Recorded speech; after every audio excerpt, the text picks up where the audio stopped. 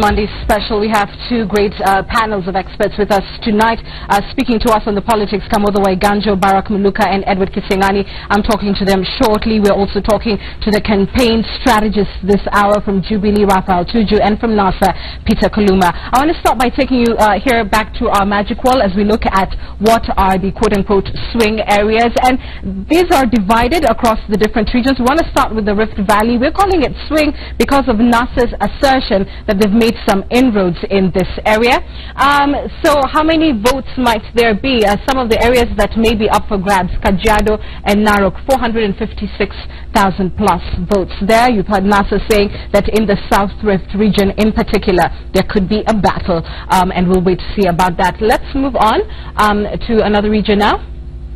In the eastern region, where Jubilee claims to have made some inroads. We'll find out if that is myth or fact. 1.5 million registered voters up for grabs in the areas of Machakos, Kitui and Makueni. We're also going to be examining other regions for you, but let's begin by opening it up to our experts in studio. Barak, I want to start with you, and let's begin by looking at eastern. So you've heard Jubilee say that they may just be able to wrestle some of the votes in this region from NASA. True or false?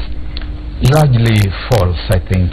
You know, when you start looking at an area like the lower eastern, Machakos, Kitui and Makueni as a swing vote area and start banking your hopes on that, then I think you are walking a very precarious tightrope. There will be those perceptions about gatherings, especially when the Jubilee leaders have visited that area.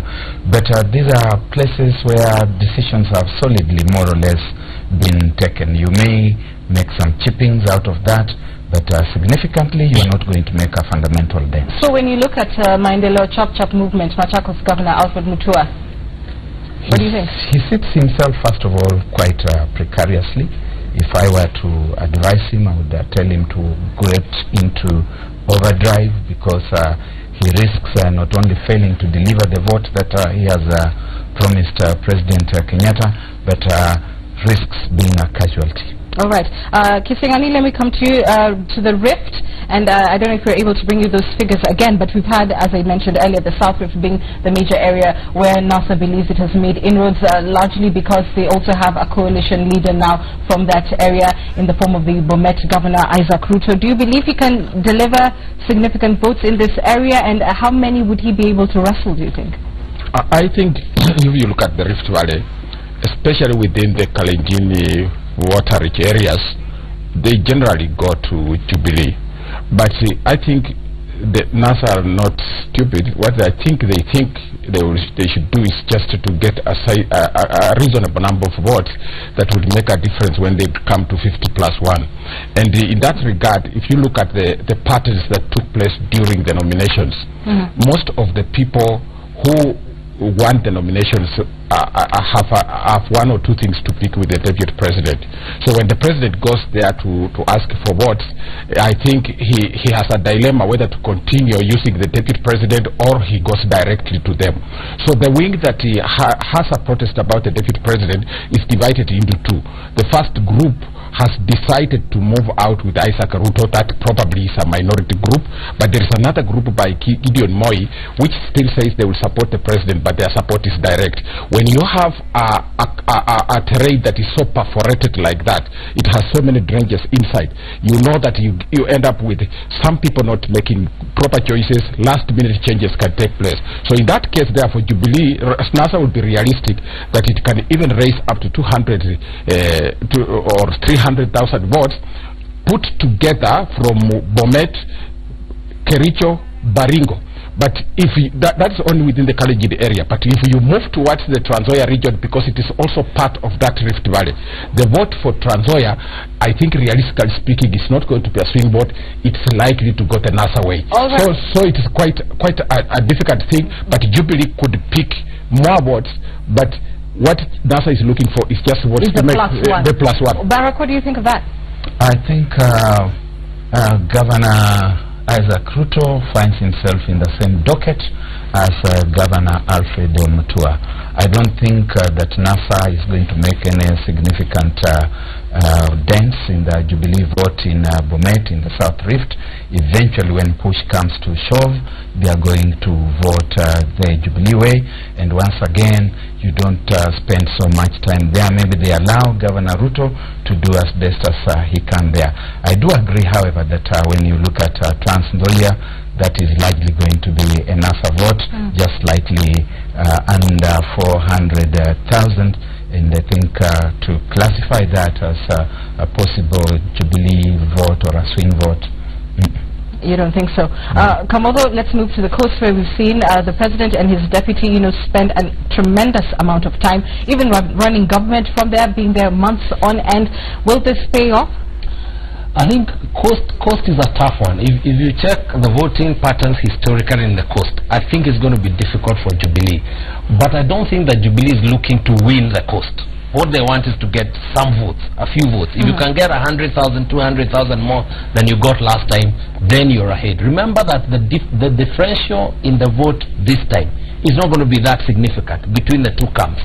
We're probably talking, because unlike 2013 when you had a strong third candidate, we actually have two strong candidates now. So the vote is going to be very close to the 50-50, and every single vote that you can steal from someone's strong area is going to count. So I think he didn't say steal. Still? Oh, that would be very inappropriate given our history. So I think you can wrestle away from. Let's be political. That you can wrestle away from somebody who owned that vote in 2013. That's actually going to be the focus. So it's not so much about winning the coast, but ensuring that you can add another 100,000 votes. If you go to areas in Western, the issue is not to win Trans-Nzoia. I mean, it's not to win it is actually to ensure that if you can just add another 50,000 votes, because that difference is what is going to cause the election. It is not going to be to ensure that Bungoma again, which has the whole of Western Kenya has tended to be very generous in their voting pattern. They don't put all their eggs in the one basket, to ensure that you have as many of those eggs on your side against the other person. That is wrong. Yeah. I think for cost, I agree with my brother Kamoto. What Jubilee just needs is something to add on so that it can make 50+1. But also the situation for cost is worse off for Jubilee than it was in 2013.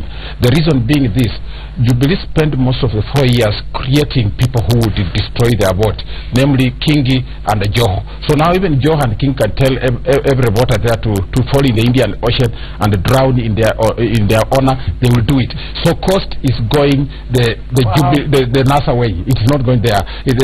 Jubilee won't get it. But coming to Western, if you look at the patterns there, it's true they have voted because in a particular way, because when they don't have serious stakes in the presidency, sometimes they vote like that. But also what my brother doesn't know is this: the way Western Kenya is structured is such that there is a big rival between the subgroup you call the Bukusu and the subgroup you call the Maragoli. Anytime they vote together, you are done. That vote is going the same direction. And that's what Michael Wamalwa did in 2002. He united the two groups and they never quarreled, and that vote went to Kibaki. So in this case now, in 2017, what is going to happen is that because Wetangula coming from the Bukusu group and Musalia coming from the Maragoli group, those are the most populous group, if they have come together and they are campaigning for one presidential candidate, again, without hiding my point is this: that Jubilee has a problem. It is not going to get Western. All right, Barak, finally, let's talk about Nyanza, Kisii, Migori, some talk about the Kuria lands and whether these are swing areas. What do you think? Yes, with a footnote that I agree with Edward Kisianga. They would be the experts about Western is gone. Right. And I would advise my brother Raphael Tuju not to invest too much of his time and other resources. Move on, there. Raphael. But move on. When we come to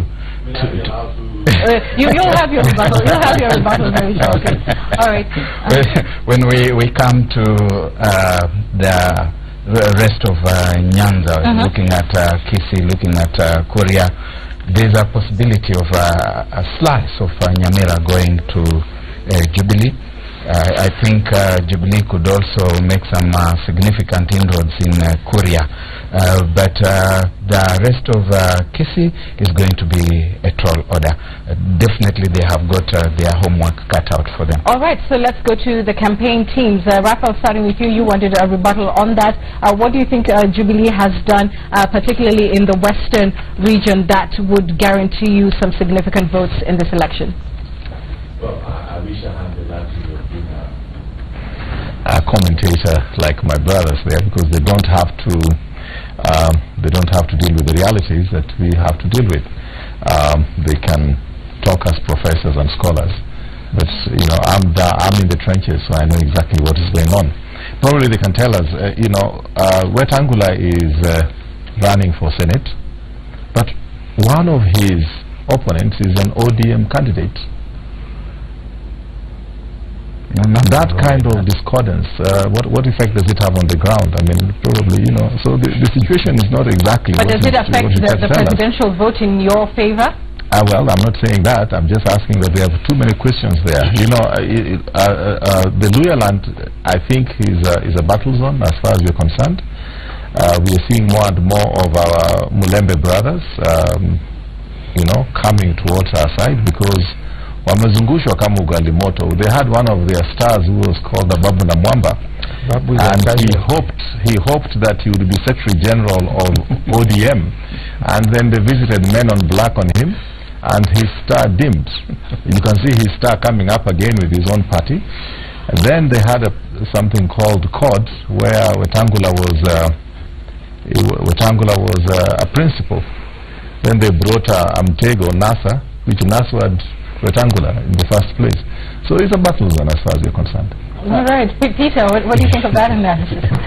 And Western is gone, and I hope you will call us back here after the elections with Raphael. I will. To see the numbers. for one, I can assure you that Babuna Mwamba and all those MPs still tagging along with Jubilee have bid Parliament by, I think, for a long haul. I hope they are not going to join. But substantially beyond the politicking, why do you think that is? Why do you think that you will still be able to retain these regions? Professor Kisiangani has spoken, you know, better about it as a professor, and I can tell you that is the situation. I've been going to Western severally. The worry about Western Kenya was the possibility of unity between the Bukusus and largely the Maragolis and the other Luya sub-tribes around, you know, electoral processes.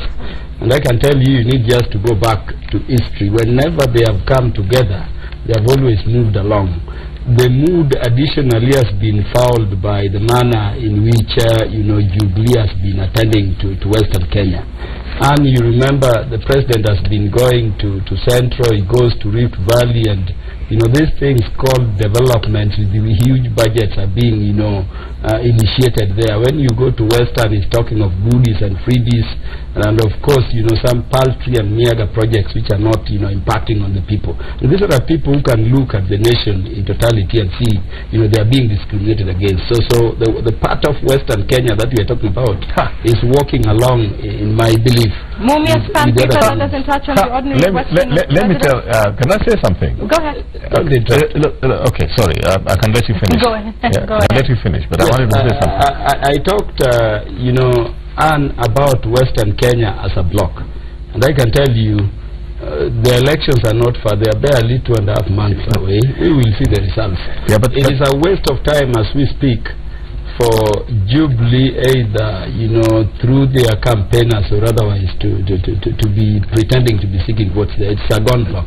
But I can just say something. I mean, I said, if when somebody says that Western Kenya people are being cheated, really, who has been cheating Western Kenya? The people from the Mulembe nation are the majority in Nairobi. They couldn't even get position as deputy governor. Who is cheating Western Kenya? They could not get the position of governor of Nairobi. They are the majority here. They have given their ticket to somebody from, you know, from Nyanza as far as presidency is concerned. The third most important position in this country is governor of Nairobi. They are getting a raw deal out of that as well. So who is cheating people from Western Kenya? Yes, yes. Come on. And let me tell us another one. Let me assure Raphael, because I don't want to engage in propaganda today. Let's try of expose another day. We'll say propaganda for another day. But let me tell you, you've spoken to the idea that there is a candidate of some party in NASA running against Wetangula. These are the thoughts people had when even the Vice President Kalonzo Musyoka's papers landed at IEBC. I want to assure the nation that no NASA affiliated candidate is going to run against Honorable Moses Wetangula, our good senator and principal. We have ways in which we do things. I'm happy they are going for the confusion. Let me tell you, and in terms of Kisii and Kuria, I can also not deviate from what the good learned professors are talking about. I started by telling you that you just need to look at 207 votes, 2013 votes. In each of those elections, the Kisii regions gave Raila Odinga over 80% of the votes cast.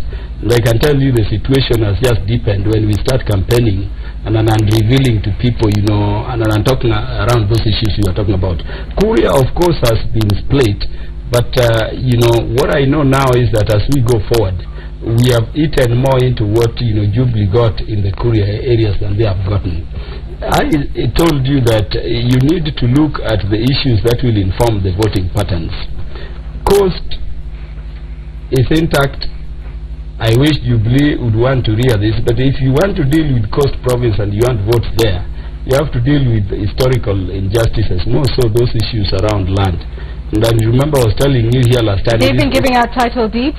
It's not about title deeds. You can you can be given title deeds, but for a squatter, those people want back their lands. And you know why Jubilee is not doing it so long. But isn't that how you get back your land? Once you have a title to that land and it's in your name. But am I allowed to say something? You can jump in, Raphael. You can jump in. I can jump in. Look, in fact, I was hoping that you don't talk about land in the coast, because the Ministry of Lands was under ODM in the was it Nusumkati or Nusumkeka government? And you saw what happened in Lamu. They went in more as grabbers than at any time in history. 500,000 acres of land went to ODM operatives. If Uhuru Kenyatta government was not there, that land was gone. So I hope you're not trying to go to the land direction, really. Apart from giving out this... Peter and Tuju, I'm going to ask you, let's not open debate on that tonight. But it's a major issue. Because that's a special one on Monday special. Peter, I'm running out of time and I need to come to you on another substantial question. But we should not talk about land, because they went there as land grabbers themselves. It's its own show. It can't be handled in the next few minutes, but I appreciate you both making the point on it. I want to come to my panel of experts as we wind up, and I want to talk a little bit about campaign machinery. I'll start with you, Prof, because today we saw Jubilee do what it does best when it comes to a jamboree. We saw the rolling out of proper campaign machinery, and you can expect they're going to pull something like Winston Churchill, in the next few weeks. It will be on the sea and in the air and everywhere else. We'll see the choppers roll out, the 4x4s, etc. To what extent does the color, the door-to-door campaigns, the telephone calls, branded Land Cruisers, etc., make an election? Does it just excite a core base that you already have, or can it actually bring in new voters? In many ways, depending on which terrain you are operating in, it can probably increase the number of people who will turn up, especially in your strongholds. But if you are not in your strongholds, it irritates. For example, if you say you come with the helicopters in an area that believes they have not been part of government because of the snow inclusivity, you irritate them. If there is corruption and then you appear there with so many vehicles and they look at the crowd and the leaders who have come and they say, some of these leaders, I think they were not as rich as they are now 4 years ago, you irritate. So it depends on the ground where you are operating. But I think the weakest part of that campaign machinery, I don't belong to the Jubilee campaign machinery, but I think they have started off the wrong way. How so?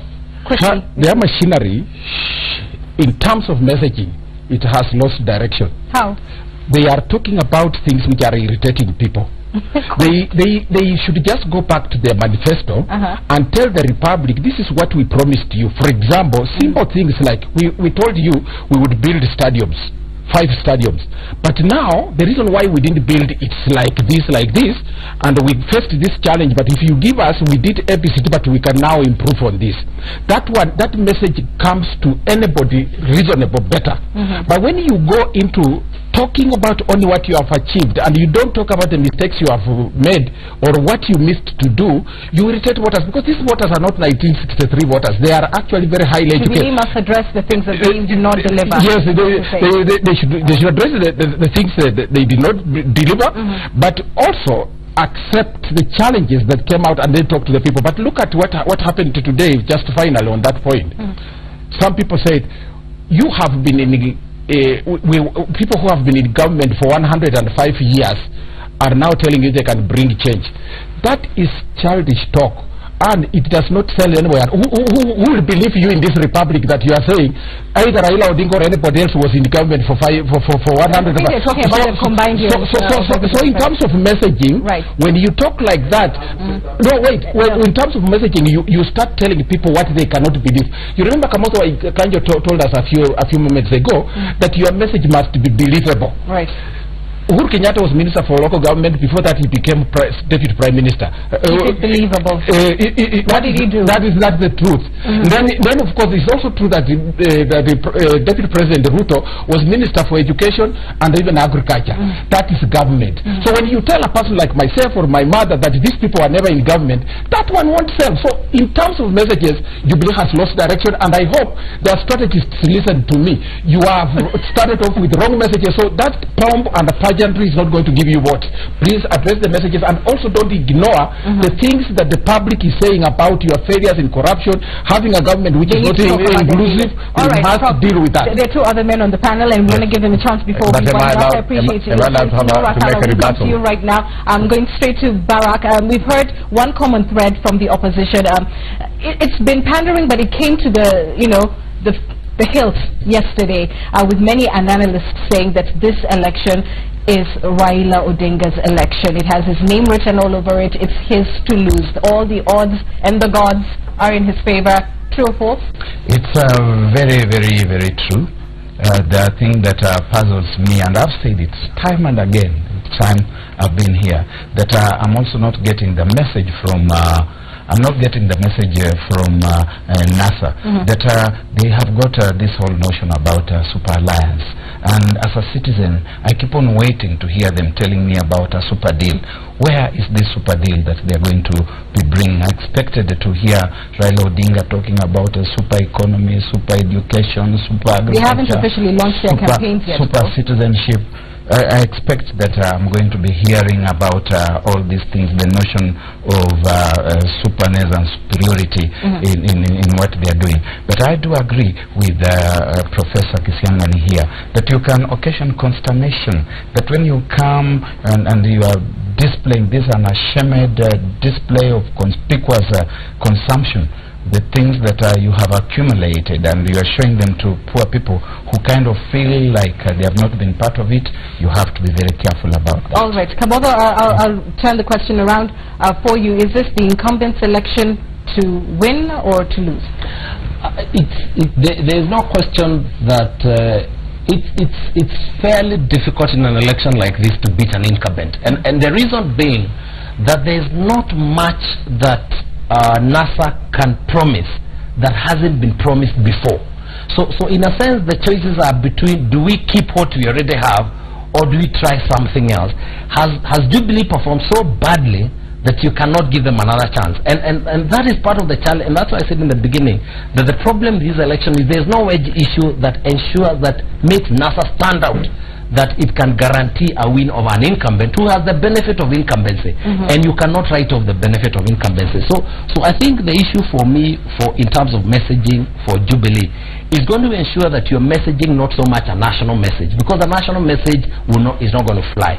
They've got to find a way to package regional messages. They've got to have a message for the people of Eastern Province. They've got to have a message for the people, and so the sophistication of the campaign is about ensuring you've got a message that speaks to people's concerns in their regional areas. All politics is local. Yeah. And I thank you all for my views. I've had an incredible panel today. Unfortunately, I cannot come for the rejoinders that I would so love to do. But from the campaign teams, we thank very much Jubilee Secretary General Raphael Tuju, ODM Insider, and Legislator Peter Kaluma. From my panel of experts, Edward Kisiangani, Barak Muluka, and of course, Kamodo Waiganjo. It's been a pleasure. I'm back with the business after this.